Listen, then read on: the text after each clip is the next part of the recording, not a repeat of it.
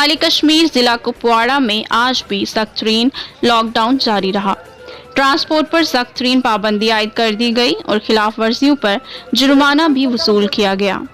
कुपवाड़ा कस्बे में जिला पुलिस डीएसपी राशिद की क़यादत में कोरोना लॉकडाउन को नाफिज कर रहे हैं।